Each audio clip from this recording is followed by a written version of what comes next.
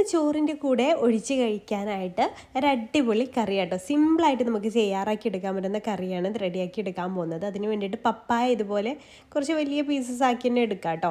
അങ്ങനെ പീസസ് ആക്കി എടുത്തിട്ടുള്ള പപ്പായ ഇതുപോലെ ഒരു കുക്കറിലേക്ക് ഇട്ട് കൊടുക്കാം.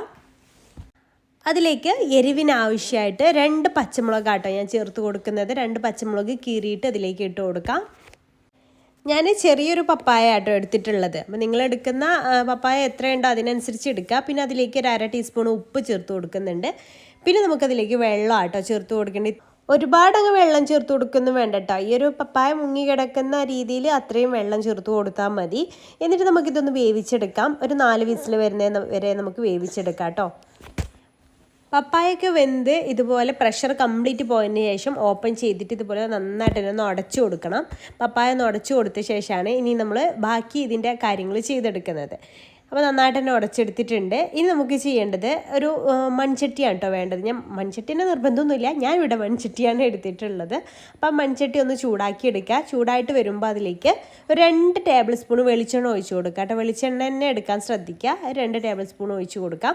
അപ്പോൾ വെളിച്ചെണ്ണ ചൂടായിട്ട് വരുമ്പോൾ അതിലേക്കൊരു 1/2 ടീസ്പൂൺ കടുകിട്ട് പൊട്ടിച്ചെടുക്കാം. പിന്നെ അതിലേക്കൊരു 1/4 ടീസ്പൂൺ ഉലുവ ചേർത്ത് കൊടുക്കാം കേട്ടോ. പിന്നെ ഒരു 2 വറ്റൽമുളക് കറിവേപ്പില ഒക്കെ ചേർത്ത് കൊടുക്കുന്നുണ്ട്. കറിവേപ്പില നമ്മുടെ ഇഷ്ടത്തിനനുസരിച്ച് 2 3 തണ്ട് കറിവേപ്പിലയും കൂടി ഇട്ട് കൊടുക്കാം. പിന്നെ 2 വറ്റൽമുളകും ഇട്ട് കൊടുത്തിട്ടുണ്ട്. ഇപ്പോഴൊക്കെ ചെറിയ തീയിൽ വേണ്ടിയിട്ട് ഇട്ട് കൊടുക്കാൻ വേണ്ടിയിട്ട് മുളക് പൊടിയാണ് ഞാൻ ചേർത്ത് കൊടുത്തത്. 1 ടീസ്പൂൺ മുളക് പൊടിയും 1/2 ടീസ്പൂൺ മഞ്ഞൾപ്പൊടിയും കൂടെ ഈ ഒരു സമയത്ത് ചേർക്കുക. കരിഞ്ഞു പോവാതെ ശ്രദ്ധിക്കുക കേട്ടോ. ചെറിയ തീയിലിട്ട് വേണം ഇതൊക്കെ ചേർക്കാൻ. എന്നിട്ട് ജസ്റ്റ് ഒന്ന് മിക്സ് ചെയ്തതിന് ശേഷം നമ്മൾ വേവിച്ച് ഉടച്ച് വെച്ചിട്ടുള്ള പപ്പായ കൂടി ഇതിലേക്ക് അങ്ങ് ഒഴിച്ചു കൊടുക്കാം. എന്നിട്ട് നന്നായിട്ട് മിക്സ് ചെയ്ത് ഒന്ന് തിളപ്പിച്ചെടുക്കാം. ഇനി കഴിഞ്ഞിട്ടില്ല, നമ്മളിത് തേങ്ങയൊന്നും അരക്കുന്നില്ല, പകരം വേറൊരു ഐറ്റം ഇതിലേക്ക് ചേർക്കുന്നുണ്ട്. അപ്പോൾ അത് നന്നായിട്ട് തിളച്ച് വന്നതിന് ശേഷം നമുക്കതിലേക്ക് 1 കപ്പ് തൈര് ചേർത്ത് കൊടുക്കാം കേട്ടോ. തൈര് കൂടെ ചേർത്തിട്ട് നന്നായിട്ടൊന്ന് മിക്സ് ചെയ്തെടുക്കുക. എന്നിട്ട് ഒന്ന് ചൂടായാൽ മതി, തിളച്ച് വരണം. തൈര് ചേർത്ത ശേഷം തിളപ്പിക്കരുത് കേട്ടോ. ജസ്റ്റ് ഒന്ന് ചൂടാക്കി എടുത്താൽ മാത്രം മതി. അതിനുശേഷം നമുക്കിത് വാങ്ങി വെക്കാവുന്നതാണ് കേട്ടോ.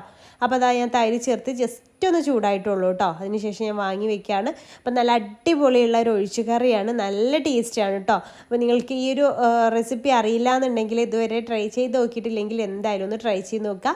ഇഷ്ടമായിട്ടുണ്ടെങ്കിൽ ലൈക്ക് ചെയ്യാനും അതുപോലെ നമ്മുടെ പേജ് ഫോളോ ചെയ്യാത്തവർ ഫോളോ ചെയ്യാനും മറക്കരുത് കേട്ടോ.